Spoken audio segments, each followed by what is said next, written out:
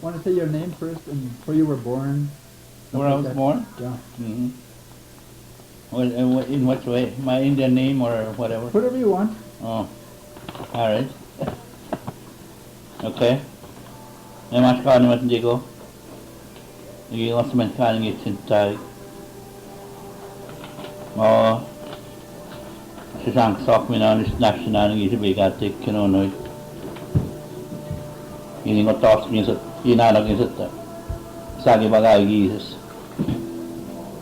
May mga action tayo kaya. Hindi ko makapane umagawa na siya uwi. Siya pa ba siya ko umagawa. Ano sinabi kayo na nakiyat kayo ni Mago. I just want to tell you that I was born in the Ojibwe, year 1925, June 5th. And I've always lived in this area, knowing surrounding area, with radius about 300-400 miles, I guess. So, what do you want to know?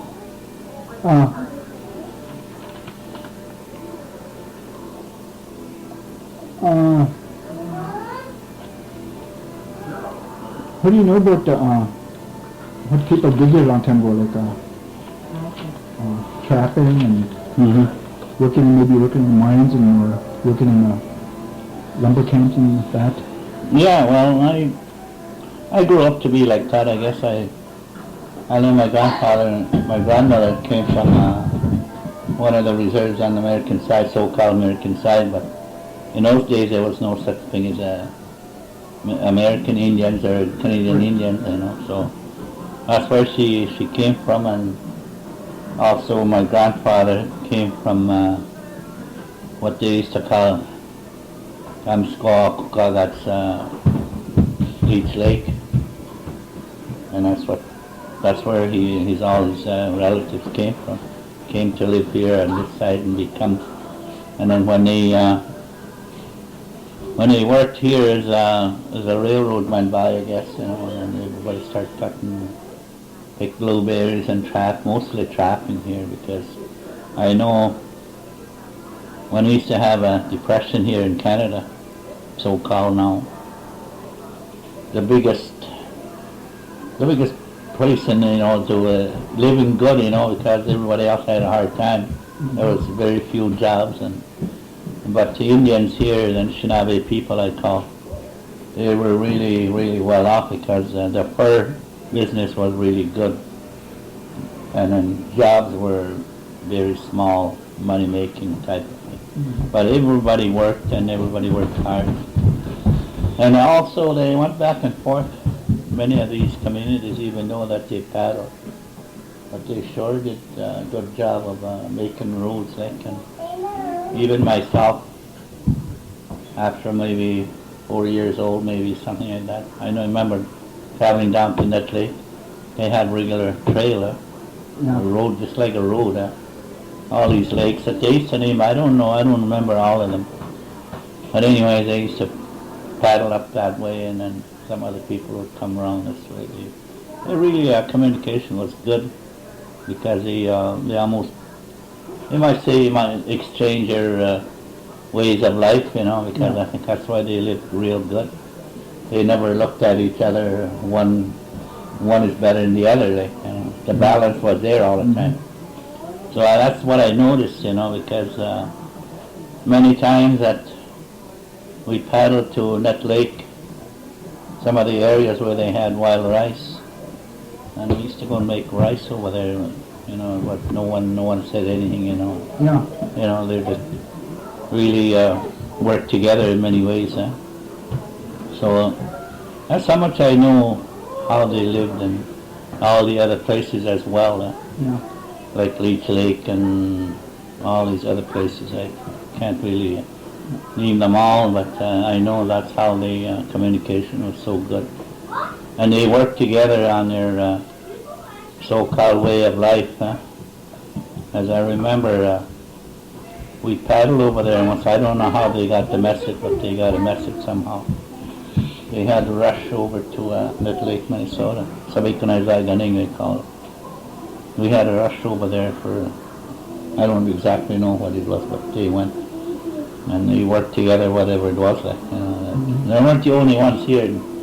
On this side there were other people in different areas from because they used to travel to together. All these communities, they all bunch up like, and then they used to travel to Windigo, they call it. That's Duluth, Minnesota. Because the reason why they travel is they used to go and visit the creator, they call it, Nanabujo. That's the one they call now today Spirit Mountain.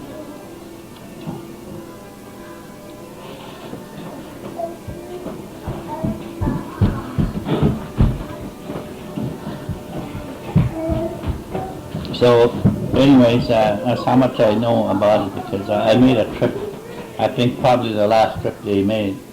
I remember my grandparents wanted to travel over there so bad, and so they had to get together here, get a bunch of younger guys to paddle, and that, so they wanted to go there because in those days Spirit Mountain was, they called Nanabujo Namatabe, and that was where he, after he created everything, like, and they still believe in it. Yeah. Because that's why they used to visit, and they used to own a bunch of stuff, a bunch of good food, and they used to have, they had really fantastic time. So, what was the river you used to paddle down here from up here? This one here? Yeah. Was it Little Fork or was it? Yeah, well, one of them was a Little Fork, but Little Fork stayed out the other way, when I used to go to, say, call it Washington. Yeah. But the other one is on the other side here. I don't know what they call that. Vermilion? Or was it? Yeah, well, they used to come out of Lake Vermilion. And then you come out, there's another river there. They call Risagay, and I don't know what that means. Yeah. So, anyways, I don't know, there was kind of a fork out there. Yeah. One goes to the, where you live now. And then they forked out the other way to come out in east side of that lake. Yeah. And there was a portage road there somehow, something like that. So. I think the people from Lac La Croix used to come down the same river. Yeah, they used to come down Sea River that way. And there was another route too that went towards Ely that way, towards Basswood. Yeah. And I guess a lot of the people traveled back and forth from Lac La Croix down that way too. Oh, yeah. There was villages on Burnside Lake and Basswood. Oh, yeah. Yeah. Yeah, because, in those days, they didn't have any problem traveling back and forth. It's like a regular highway. Yeah. And that's how they communicate each other. And then those messengers they call, I don't know if they had some here in this area, like, we had these communities, like Nigonsamanikaning, Skibalkaning, Sagitopkan, and Kanjigami, Wanatanga, Nagachana, and I don't remember they called that before. They didn't call it Tikachana, that just came early, I know, but there's another name for it. I don't remember that. I know some of the people from Lac La Croix must have talked about that, because they didn't call it, Lac La Croix, I mean, what they call it now. Kitchonam they call it now, but that's not what the regular name was, different. Some of the old people used to talk about it. So it was, it was trail all over the place in this area. Yeah. As far as going back to Red Lake, Minnesota. Obashing. So because I know where there's a lot of places. So that's how I remember that people here, and it seemed like all in one big family. Of course, they were all Anishinaabe people. They worked together, so many different things. And that's how they know that Misabe, or so they call it. I think that's the one just before you go to Virginia. There's a hill there that they follow, like The Wrench and Divide?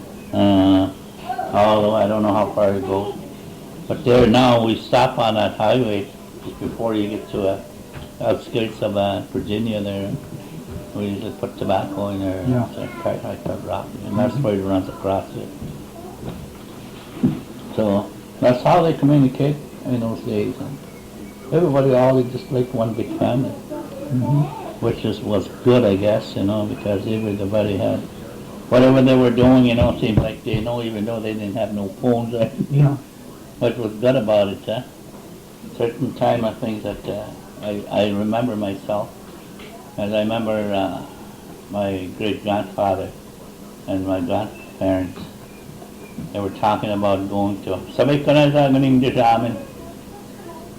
And there was a bunch of other people in this area, well, we're going to go. So, and then everybody had their good way of life, they all worked together. They didn't, they never compete each other. They're not that I could remember. Because when we got, there's many times I remember, I don't know which part of that lake. As long as we come around that point, they're just like water was coming down, everybody was coming to meet the people. Oh, yeah. There wasn't a single person out there that didn't come down. Yeah, right. Boy, it take a long time. They're shaking, hugging everybody. Yeah. They're really welcome. So that's all that. There's quite a few things I remember what they used to do. They used to talk about a lot of their spiritual areas. Why that was there. I should remember that. I can't think of it right now. There was a river from there. Goes all the way down to, well, they used to come out to, where you come from, that lake there. They used to come out of there, but there's another river. Goes from there. There's a bunch of small lakes, Yeah. and they went through there. So that's how I remember all that stuff that was taking place. Huh? Huh? I'm going to take a look. Can you move your cup, please?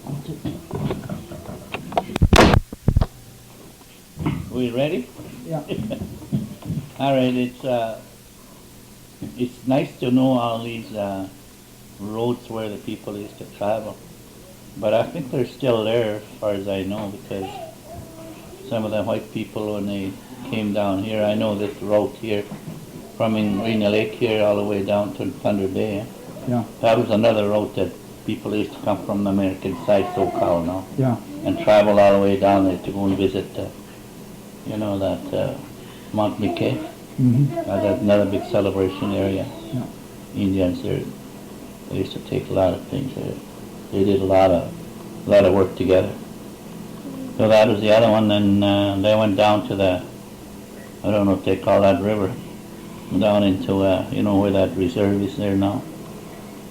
You call that reserve there? Grand Portage? Grand Portage? Yeah, Grand Portage. Yeah. Yeah. And then somehow there was another river outside of the big lakes, Yeah. Yeah, they travel right across the country there. So I don't, but I hear them talking about it all the time, why these places are like, it's just like today, highway, they talk about highway, Yeah. and then you get there, Yeah. and that's the way they know about their travel. And that's why there's so much scattered, some of the people were buried, like over here. They've been trying to find out where some of the burial grounds is, the old ones on the American side here now. I noticed 2 years ago they had Buddy Friday there watching over. They were moving the highway where it's located. I don't know how they, I know he was there for quite a while, try to direct them, which side of that thing's supposed to go. Right. We know there was burial grounds in there.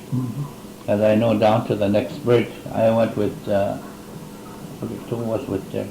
Somebody came and picked me up here, and then he said, where are those burial grounds? So I told him, that's just where they talk about it. Sure enough, we got those people know how, they come around there, oh yeah, there's burial grounds in there. Long, long time ago. So they moved the highway where they were going to put it. They were going to put it right on top of this, so they moved it out like that. So which is good on Yeah, me. right. Yeah. I think it's a good, at least they do that in Minnesota, you know. Here in Canada, we're having one hell of a time. There's a lot of it is, of course, we don't work together really to take care of the old burial grounds, and that's the whole problem. But all that stuff I know and what went on, why some of those places they worked together on it, you know, because there was no, I don't know when they become recognized as American Indians and Canadian side, you know, they were all the same type of All the people. same. Yeah, they didn't, I guess that's why there were so many people here in Canada, and they had relation to somehow some people live in Minnesota. I know they talk about that in, I don't know what they call it, Cass Lake, I guess. They call it Gamsquawk. There used to be an Indian agent or whatever kind of thing that I remember going over there one time. And this is what they were finding out, you know, they, some of the people came from there and they come to live in Canada. And what they were doing is selling a land, you know, they own, become, you know, through their marriages and so on. But I guess a lot of it it's been lost. But I know that is, people used to say, how come I got relatives over there? They're the same kind of people. Yeah. Like a long time ago, though, why they really, relations were really, even through land system. Oh, they used to talk to us about that, I know, when I was growing up. When we went someplace, you know, that's the first thing they'd tell me. Now you remember, where do you belong? You know, so you may have relatives in there closer than a real one. So that was really good, you know, because the communication was so beautiful in that way, because you know where your brothers and sisters were, even though you may not know them too, you know, but they were there. But all that stuff that I could remember, they went back and forth, you know. All the ceremonies were done in that lake and the other communities around. People used to come together. That amazes me a lot of times, you know. I think about that a lot. Today we have telephones, and then we can't communicate everybody that want to come to the ceremonies. But my God, they did in those days. I know they had a big one going to Windigo County one time, and my grandfather said there are people coming from Sabikanay-Zaganing, they call it, and Shaggy Zaganing, you know, the name and all that. I wish I remember quickly what they used to call it. This is where the small community is, but they were all tied into the one big community. Fair enough. 2 days time they would drive. How they knew that, but I could never tell you that. But they did communicate each other, so I think that's why good relations were really done good. And of course later on, Canadian side, the American side becomes law. But for a long time though, even when I was growing up, you know, they didn't affect them too much, No. you know, because they were allowed to go back and forth freely. Yeah, right. Yeah, because I know last time that, I know they took quite a few things one time in that lake, but never bothered anybody. It was just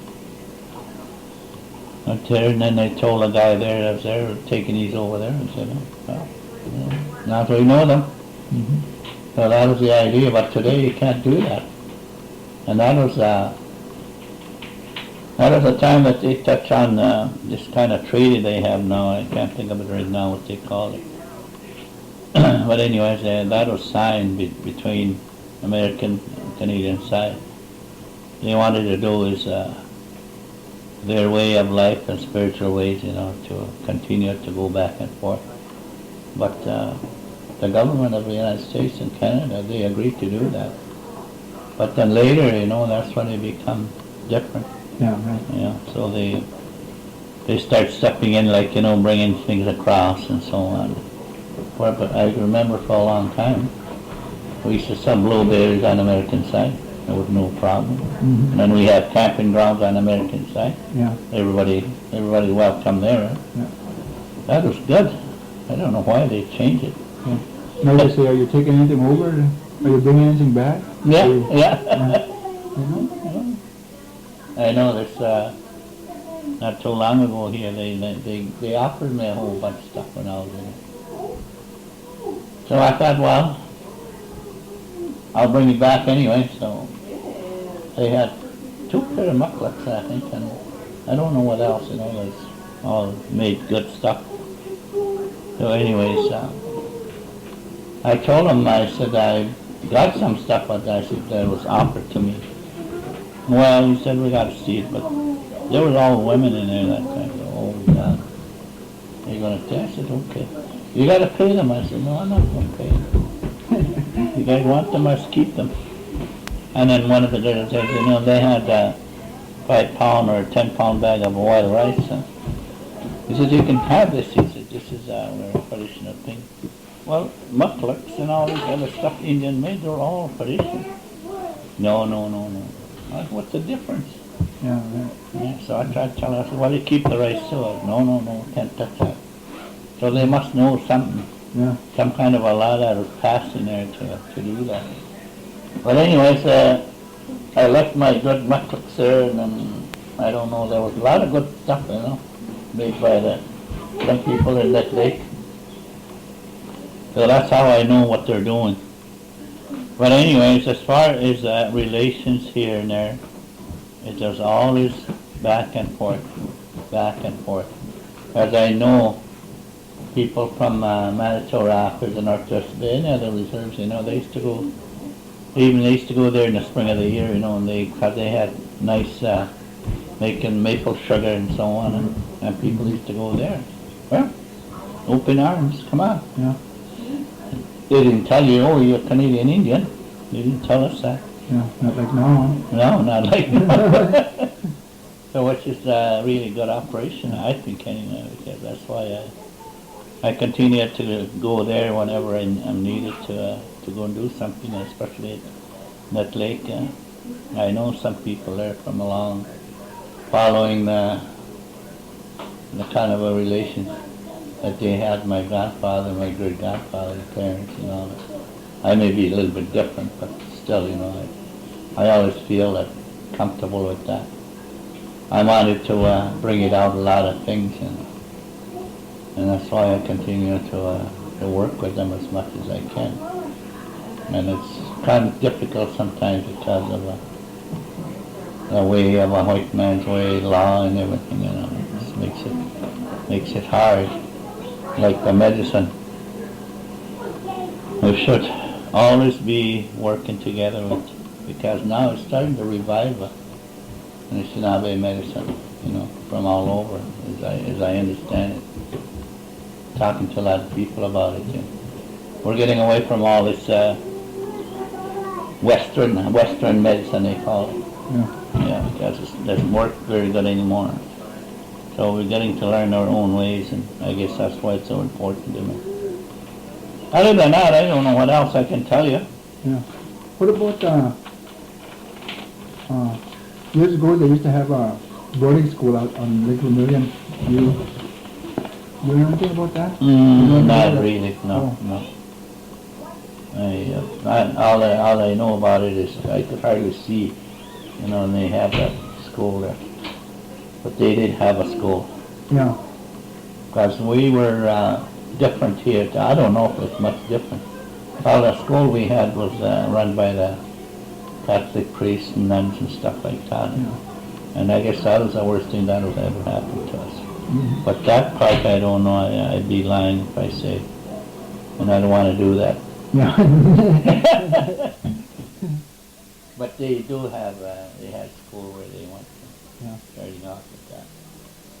And I think, that's why we learn from each other, from the way they were treated, when kids were going to school, Catholic. It's all Catholic run this side anyway. Yeah. I don't know, I never recall any place else was to be different, different people running it. Even down east I go there quite a bit now, talk about all Yeah. Catholic. Well, there was quite a few kids from others that went to Catholic school out in South Dakota and other kids that went to different places. Oh yeah, sure. None of the stories were any good. You know, Oh no, no. But you know something though, that all what occurs to me that when you talk about school, what's happening, I don't know what's happening over there. Here in Canada, they know, you know, these people know, they're starting to walk away from that, yeah? And then they know what's going to happen when they let the Anishinaabe people become where they were a long time ago. Now they're coming back second time. I know they did it over here. The priest that was kind of saying mass, and he had a ribbon shirt, and he had everything, you know, and then he had eagle fan, and he had a pipe. Well, even some of those people there, you know, they got thinking, hey, this is not right, you know. So one day I was over there talking to some people. Some of the younger people there, younger guys, and I said, well, to ask you something. We got this new priest that just come in here. So and this is what he has. He says he puts them out in the, you know, when he says that. He's got a pipe, he's got eagle fan, he's got eagle feathers, and he's got ribbon shirt and all. You think that, you think those stuff belongs in the church? That's all I want to know. I said, no way. No way. Okay. Next Sunday he's going to be there. He says, we want to invite you to come down. But we very, very feel strongly that should not be there. Yeah. So I went that time. Sure enough, they brought that stuff. So after he got done, I went up there and talked to him. I told him, I said, that stuff should not be there. Well, he said, why? Well, I said, they don't belong here. I said, why is that?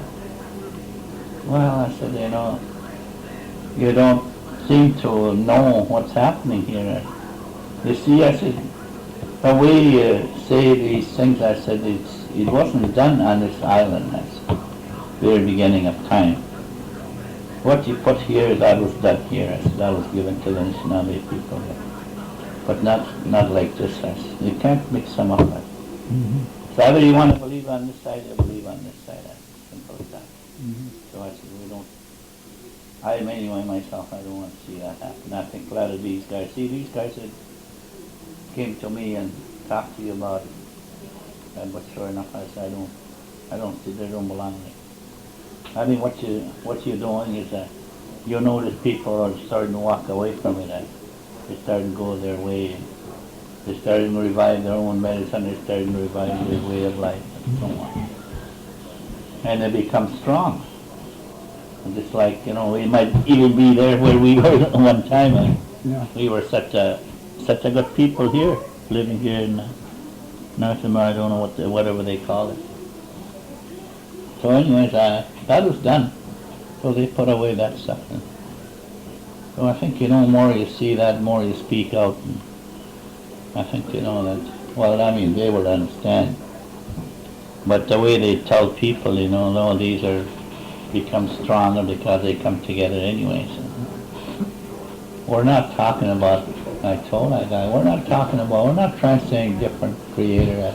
We believe there's only one creator, but they give us our way. Yeah. They give your way over there. I said, now you come to live with us. I said, well, why don't you do your way? We'll do our way. We got our own medicine, you got your medicine. You got your laws, we got our own laws and everything like that. We always have them. But we just don't practice them now, I think, because we were given to us a long time ago. We had people that look after the community. I said, just like these guys over here, the police, and somebody take it to court, and there's a guy sitting there. We had that. Yeah. We always have that. So, well, it takes a long time to explain that. That's one thing I know about it. As my grandfather when they used to visit each other, all these communities like, people at LaCroix, Nut Lake and all to come together and talk about. They weren't meeting or anything like that, but they were just talking about it, how, how they have. But in Ojibwe language, they call them a little bit different. They have a person called Matauki in it. And that is the main function of the law, as he knows. Some people getting kind of short. He goes around in the community collecting and stuff, or some people that go out hunting, they give him something and give him start all over again. I guess it was like that, because of these Indian legends, I tried to follow and live that way myself. Because that's what my grandfather and my great-grandfather used to say. All that stuff what was created in that time, it's always going to be here and never going anywhere. And then someday maybe we'll be lucky to revive that, so that everything what's happening now will eventually go away. Like we have today, we have some of this pollution is so bad, and that's why the weather is so bad. I could remember coming from Windigo, come down to Rainier and sell blueberries. There'd be a thunderstorm coming, so just keep on paddling, till it come closer. You say, we'll just turn the canoe upside down and sit there till it blows right by. And 15, 20 minutes, it's gone, clear it up again. But that's the way that's supposed to be done all the time. As long as I can remember, that's the way they did it. They never have like what we have now. But the old people talk about this, this is going to different. Things are going to be bad, they say, because, they're going to sing all kinds of things up in the air, and everything's not going to be right anymore, because, they're going to abuse the spirits and whatever that was given to us to look after us. So that's why it's like that. Even some of the things that we enjoy today, they used to say, well, you got to kind of watch it because there's so much stuff's going to be going in there. There's all kinds of stuff that they used to gather, not only blueberries, all kinds of other stuff. And I was talking about that. Someday, it's not going to be like that. So we got to watch it. But in Canada, anyways, they were so strong. I remember that time my grandfather was a chief at that reserve. He had only one counselor. And they had one a hell of a time, they were always trying to get in there. But they said, no, we'll look after our own people. And we had Children's Aid Society, they call. People used to come down there and say, well, this family here, they're not looking after their children, we're going to take them away, My grandfather used to come out and shove the boat back out. You're not allowed to come here because you're not a federal, whatever it was. And then the Mountie would come and I said, he said, you got to understand. He said, we're here, we will look after our own people. So as far as I can remember, that the Ultimate Counting Band, they never lost one person been taken away. But I remember some of those communities different ways. Quite a few people were taken away. Yeah, but plenty of yeah. But they all came back, so that's one thing about it. So there must have been some kind of a help somewhere why they got back here. I know my uncle was lived in Seine River Reserve. And as a child, he was taken away from there, taken to London, England. That's where he lived. Funny thing about him, when he did come back after about, I don't know how many years, 30, 40 years, he never lost his language. No. Oh, he can talk just as good as when he got back. A lot of people used to say, holy man, how did you do this? Well, I made up my mind when they took me over there. I knew I was lost. I didn't know where I was. But I was going to remember my language. It seemed like somebody was helping me all the time. I pray that way all the time. I said, I never want to lose. People used to laugh at it. That's the problem with most kids when they're taken away. They're into the white society and then they forget the language. Yeah. Yeah, that's the worst thing can happen to them. But at least most of them have been returning. Over here, anyways, most of the people have been gone and Yeah. have been returning homeland anyway. Because I did a lot of work in Toronto. God, there's a lot of people come to me to revive, somehow tell us what happened. We know we belong to this place. Mm-hmm. They were taken away as small kids. But they're starting to come back quite a bit. But anyways, I think all that beliefs and stuff like that we have, I think that's really, I certainly believe it myself. If we can totally go back that way, I think we're not going to be where we were at one time, but we're going to be awful close to it. And I do know for sure, one thing I can tell you about it, what's happening, why the weather is so bad, everything is polluted and stuff like that. I think they're going to return it to us, because this is our homeland. If we start to do something right, we're going to have that. They will be given a chance to revive it. And that's the most important thing, for me. I probably won't see it myself. Every time I go someplace to go and do something, sometimes I set up my drum, light the pipe, and that's the first thing I say, pray for everybody. Please help us. We want to know who we are. Help us to gain to really understand our way of life, what was given to us. So a lot of it is coming back. It's strong. I think this is a good way to do it. Yeah. You're gonna know the difference of the way young people are being taught, and a lot of them don't even know who they are. In Canada, anyway, that's the way it is. Yeah. But now they're starting to think, hey, I want to know who I am. And I think it's a good idea to have that. Because there are so many people, they think they're white people. Mm-hmm. And on the other hand, I'll tell you something about it. On the other hand, there's a lot of white people think they're Indian. Yeah. God, there's a lot of them. They want that, nothing else. God, I travel quite a bit down east. I do a lot of work for the communities down that way. God, there was a lot of these people. One guy was telling me once, he said, that's only women that do that. No, my God, there was a lot of young guys, I call healing circle. Invite everybody wants to come, They had to talk about big circle. All these young fellas, they come. First thing they ask me to come. Can I come and join this? I'm not an Indian. Well, I said, you call yourself human being? Oh, yeah. I said, you see, when you look at yourself in the mirror, I said, look at an Indian beside you. I said, he's going to have the same reflection in his eyes inside. I said, there's a tiny little thing in there.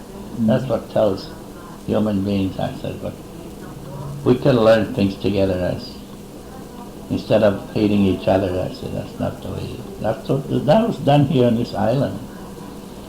Long time ago, they had to do away with that. I said, there'll be no more bugging each other, there'll be no more killing each other, no more talking about each other, everything like that. It's all going to be one mind.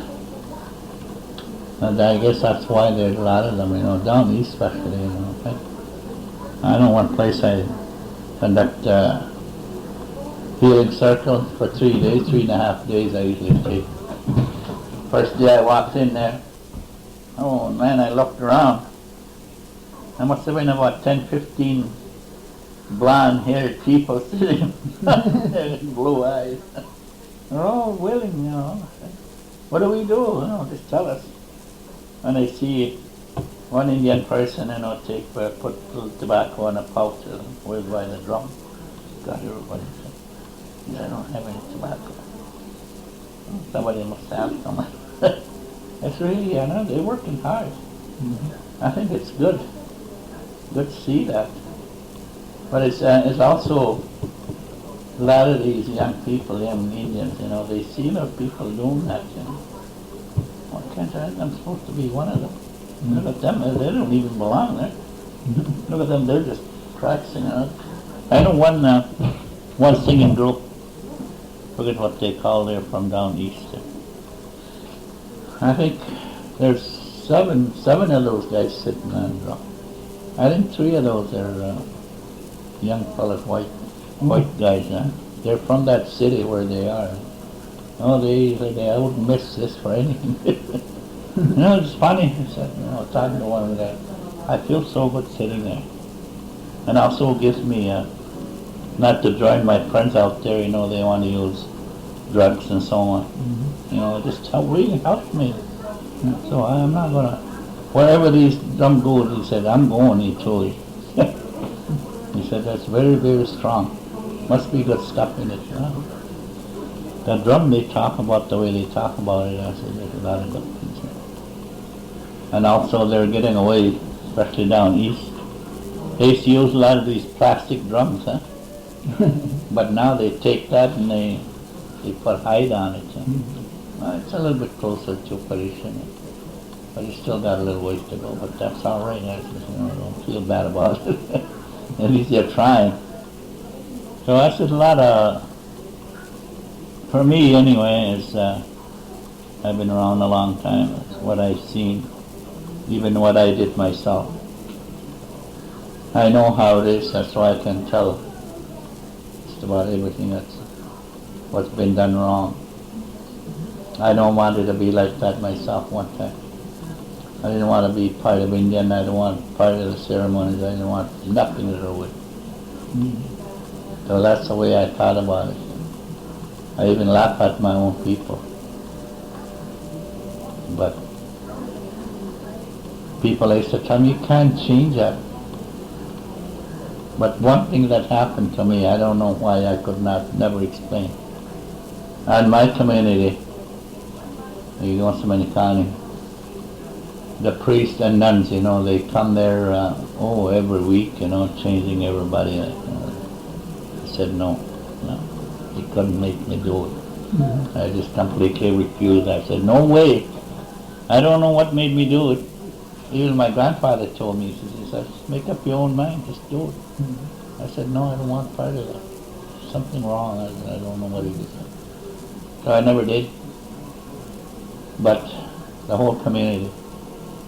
But soon as they changed everybody, they used to tell them, well, yeah, we'll come and say Mass every Sunday.